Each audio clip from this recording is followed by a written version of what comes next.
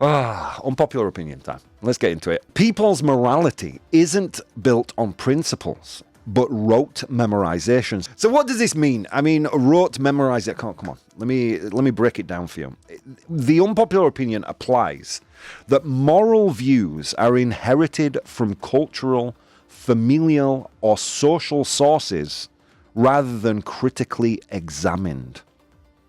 Rather than having taken the time to critically examine our morals, we let most of them we absorb most of them from our surroundings.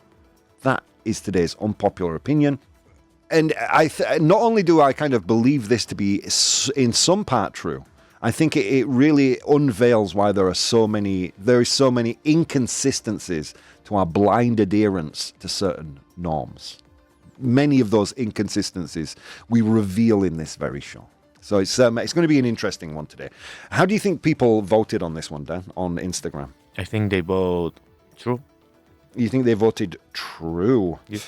They actually voted false, Dan. Yeah, 60% false, which is a bit of a surprise for me as well, I've got to say. Yeah, they actually voted false on this one. Saying, no, my principles, bald man. I sat down one day at the tender age of 5 when my consciousness was awaking and fully considered every religious and moral belief I had.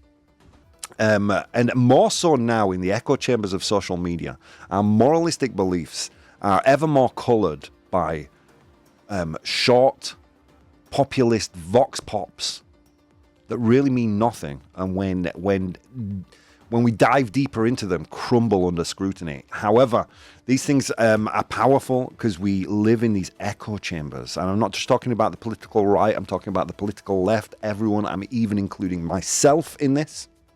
So let's get into it, shall we? As always, I thoroughly tortured the ProBoh Show elves this morning, and they gave me some pro and con answers. Let's dive into them now. So in the pro column, people's morality is built on rote memorization, not principles. Cultural conditioning shapes moral views. Most people adopt moral beliefs from their culture's religion or upbringing without critically analysing them. They follow what they were taught rather than forming ethical principles based on independent reasoning. People often contradict their own moral beliefs, showing us that their morality is more about following rules than applying consistent principles. Okay, an example of that, murder. Murder is wrong, right, Dan? I know this is a stretch for you. Murder is wrong, right, Dan? Most of the time. Most of the time it is, right? You know, apart from you know, in times of war, you know, maybe you are for or against capital punishment. You know, we are more morally flexible in our idea. Lying is wrong, right, Dan? Lying is bad. Yeah. Except for it's children at Christmas, you know, and telling them about Santa Claus. No, but yes, murder is wrong. Yeah, of course. course. I was joking, but yes. Of course, but there, you know, we all make exceptions for those moralistic principles based on situations, which tells me that's more rule following than it is an actual principle. Because if you really believed murder was wrong, you'd believe it was wrong in every context. Let's continue. People follow rules without understanding why. Many people abide by moral rules, for example, don't steal, be honest, etc., simply because they were taught to, not because they have a deeply considered ethical reason behind it. This is evident when people struggle to justify their moral positions beyond "that's just how it is." And we'll leave off on this point, I think, for the pro column of this one.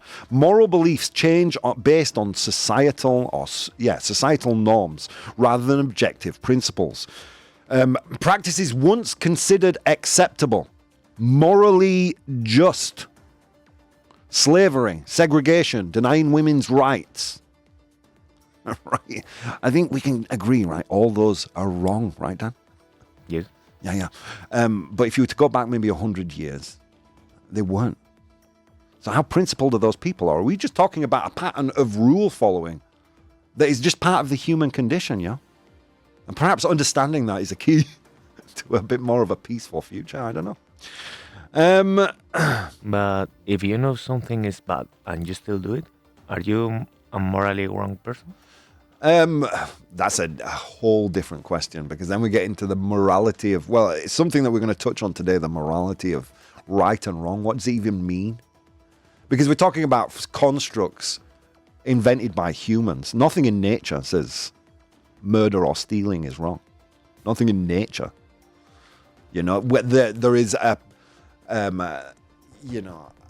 drive to propagate the species and duplicate and and spread ourselves throughout the world. There's a moral imperative to survive, which would say that nature would, to some degree, go against the murder of our own species, right? And the law would back that up. But nothing in nature explicitly says that murder is wrong. You know, there are many instances in nature of cannibalism. You know, are we cannibals, Dan? No, we're not. So the nature argument just falls apart for me. The first analysis. Let's get into the cons, shall we? Otherwise we'll run out of time. So saying that people's morality is based on principles, not memorization. Psychological studies suggest that humans have a natural moral compass with empathy and fairness hardwired into our brains. Babies as young as 6 months show preferences for helpful behavior over harmful actions, suggesting morality isn't just removed. While people learn moral rules as children, they often question and refine them as they mature. Ethical debates, philosophical discussions, and personal experiences shape moral principles beyond simple rote learning. Again, the elves here, improving their point, are proving the contrary, right? The foundation of our moralistic worldview is later refined. We later refine what we absorb from the world around us, right? People make ethical decisions in new situations. Many real-life dilemmas require people to apply moral reasoning rather than follow a pre-learned rule. For example, ethical debates about AI, climate change, and genetic engineering require new moral principles rather than memorized lessons from the past. And that is exactly why these things are so hard to nail down morally. Because when deprived of a roadmap, humans struggle to figure out where ethically they stand on something. I think there's a great ethical argument in the future pending about our treatment of created intelligence. I think we'll see that happening within the next 20, 30 years. Let's continue. Moral heroes challenge societal norms. Figures like Martin Luther King, Gandhi, Nelson Mandela defied societal norms to fight for justice, proving that morality is not just about following what is learned, but about applying deeper ethical reasoning. Completely true. Cannot take that away in the slightest. But let's not forget, these were leaders of movements, not individuals, acting 100% autonomously. Gandhi there, freeing India from British rule, was not on his own. You know, interesting topic today. I'll tell you how I really feel about this. I know, obviously, there's a lot of grey area in these debates. I'm going to ask you in the chat for a true or a false, though. That's how this works, and we'll come back in just a few minutes. Let me just first, Dan, real quick, dive into some of the chats here. Dan, don't encourage him, says the bridge. You can't help it. I see that cheeky face and I just go all crazy. Vero says false. People's morality should be based on one's own principles. What do you consider good or bad, not on what others think about an issue. Carmen says something here that I'm going to address real quick. Let's see. Carmen says, I'm sorry, I may have lost track here, but it's not clear if we're discussing ethics or morality. Morality is much more changeable. Let's get, if you like, we'll get a definition of morality and ethics. Ethics represents the beliefs of your external community, while morals are your personal internal sense of right and wrong. There is a Venn diagram when those two things mix. Right? That's us, that's where our own personal morality and ethics of the communities in which we live, or the agreed societal construct of our ethical system. And we, for the most part, most people agree with those, right? We all agree that murder is wrong, abuse is wrong. So that's where our morals and our ethics shift, Carmen. So hopefully that's brought some clarity to that. Let me just dive further backwards into the chat. Lord Pumpkins here says, you know what, Rob? There is a little tribe where every male has to give their hands as gifts to the person they love and choose to marry. And I see you guys still have your hands. How immoral of you guys. Yeah. He's making an interesting point here, right? Like, how many of you, Dan, do you enjoy the taste of dog? The taste of dog flesh? Dog meat. Have you eaten dog meat before? No. Have you never eaten cat before? No. Why? Because someone at some point told you that a pig and a chicken, well, a pig that is, let's fight on the same grounds here, a pig that is as intelligent as a dog, scientifically proven, right? Maybe even a little more, is acceptable to eat, but a dog is not, and a cat is not. It makes no absolute sense whatsoever, other than we have a history of working with dogs societally to boost our evolution. They were hunting companions and kept us safe when we lived in small communities. You know? The difference, right? that's how rote memorization plays much bigger role in what we consider morally acceptable. Or if you want to go outside into the wider community, ethically acceptable in society, Western society, because let's not forget, in the West, it's inconceivable to eat a dog. However, in some cultures, it's a very recent development where it's frowned upon, thanks to pressure from the global community. Okay, anyway, hope I've made my point there. Let's continue reading some of these points. Eugene, true. In my country, moral principles change very often, probably too often. Now, let's continue with what Carmen's saying. I would vote a big true, even though there are principles or ethics to religion and culture. Ethics is also a construct, but based on basic human rights, I believe. Yes, of course, basic human rights plays a big role in ethics, but it's basically ethics is an extended morality. It's a community or a societal construct's morality, if you like, for the want of a better word. Because morality only applies to you, and that's what we're talking about here. Our own morality, not ethics in general. We're talking about our own morality and how our own morality has been constructed thanks to external impetus, not because we've actually really examined the principles by which we believe and we don't believe. Most people, when they do that, they find massive gaping holes in their own internal logic. I do. I'm not saying you. I'm saying me too. We all do. And it's completely human and completely normal. But I think it would behoove us all to rely a little less on our instinct. You know, I see so much troubling behavior by these... I don't want to mention Twitter particularly, but it seems to be a little black hole of disinformation and an active battleground for the fight against logic. I did this a little argument with someone yesterday, and it prompted me to spend an hour on the platform last night. An hour on. Oh my God, I just felt like I got dumber with every second I spent on there. It was so amazingly frustrating. This is why I don't use social media anymore.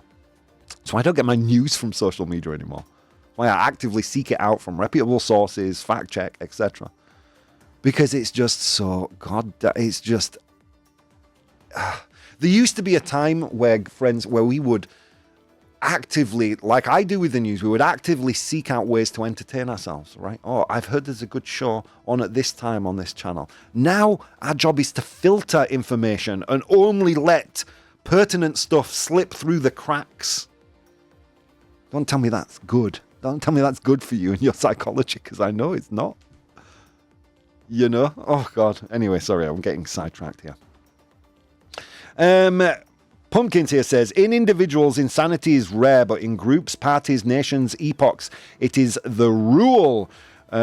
Is a quote by Friedrich Nietzsche. In the same sense, morality is simply a tool for one's selfish reasons to be reasons when seen in a crowd. We avoid killing because we don't want the same to happen to us.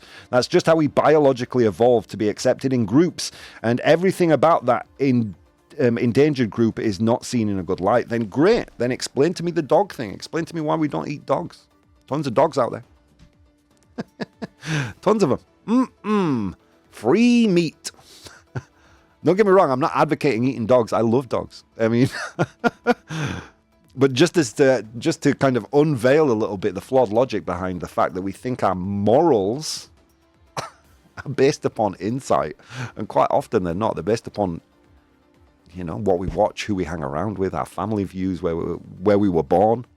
Where we were born probably plays the biggest factor in your moral compass. The geographic location of your birth. Anyway. He meant true, sorry, Lord Pumpkins. I got it. It's very rare to see someone that really has gone deep down into these details, created one's own moral values, but such individuals do exist. Yes. I wouldn't say I'm 100% like that. I endeavor to constantly put my own kind of opinions and thought processes under scrutiny. That's why I do this show. I think it's a valuable exercise. I was raised Roman Catholic. My secular nature came afterwards upon soul searching and investigation of my own beliefs. I was an altar boy when I was younger. I had some questionable views with regards to race. And that's weird coming from immigrant parents as I do. Like in the north of England, it's a real issue. Until I became an immigrant, and until I educated myself about, people seeking, refugees, people seeking asylum. It's just sad. It's just sad that we live in echo chambers where little sound bites, sticky sound bites, often have more impact than difficult truths. Anyway, we're going to build a wall. And then there is another factor we tend to forget in morality. Morality will always stay where the power is. That accent changing you turning on outsourcing sounds like something Farage would adhere to. So my opinion is the same. But Carmen says, okay, understood then. Morality is triggered or closely related to the collective unconscious. The zeitgeist. Sorry, we're getting into some vocabulary here, guys. I know if you're a listener in Spain, it's got to be very frustrating. The cultural... I mean, zeitgeist isn't a fair term because that's only what is in the cultural consciousness now. I mean, I think ethics, the expansion of morality to include a group is a little bit more complex, right? It's so imbricated in ourselves that it also tells us what we have to feel angry or offended at without us realizing. Morality should be constantly questioned. This is great. Yeah, absolutely. I completely agree. We should constantly question that. We have been domesticating for a very long time. If one guy did such a thing, it might trigger displeasure from the guy who sees them in a good way. You'll be in danger or outcast if you eat dogs. That's true. That's a fair point. But we are the ones that initiated that relationship with dogs, right? We don't hunt and eat bald eagles like chickens.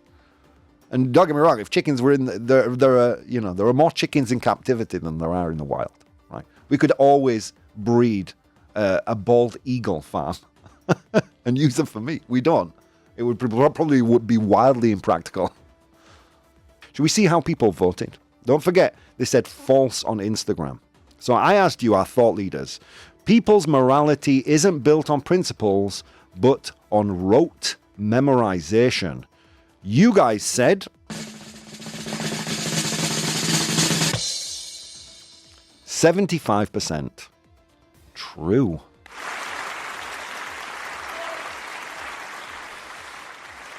I'm going to hazard a guess you were a false at the beginning of this, Dan, right? Yes. And now, any shift in the way you're thinking about this? And now I think more true. Yeah, but that doesn't discount, right? Let's go back to a nice, healthy middle ground, okay? Because there is one. Even though I've kind of preached the contrary up until this point, it behooves us all to take lessons of the past, which is what our collective morality or culture or ethical system teaches us, right? Those are lessons, valuable lessons from the past. We discount them at our peril quite often, right?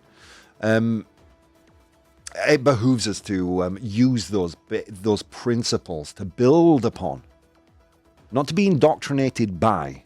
Oh, this is the way it was done 50 years ago. Not to be indoctrinated by, but to build upon. I know, and I'm sounding like a progressive socialist shill.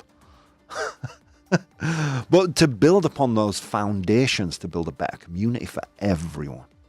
For everyone. Our moralities shift like the wind, and in recognizing that, and recognizing that nothing is written in stone, even within ourselves. You know, we all know murder is wrong, but we make exceptions in times of war. We all know lying is wrong, although we make exceptions when we're talking to our children. You know, we all know that certain actions are fundamentally wrong, but we make exceptions, and that is how flexible our morals are and can be. And if we accept our own fallibility, if we have the humility to accept our own fallibility, the fact that we are imperfect beings, my God, it would be a much better world. And these forces that seek to separate us along lines of political affiliation, along lines of race, along lines of gender, along lines of sexual proclivity, all those forces that seek to separate us just melt away when we all realize that we can be wrong. That maybe at some point in time we've been fed a ton of BS and we've just swallowed it without thinking. Anyway. But you know what Grandpa Bo would say about that, right? He would say, Rob, that's just your opinion, and opinions, they're like buttholes. Everyone has one. They all stink. Let's move on to today's 100 Humans.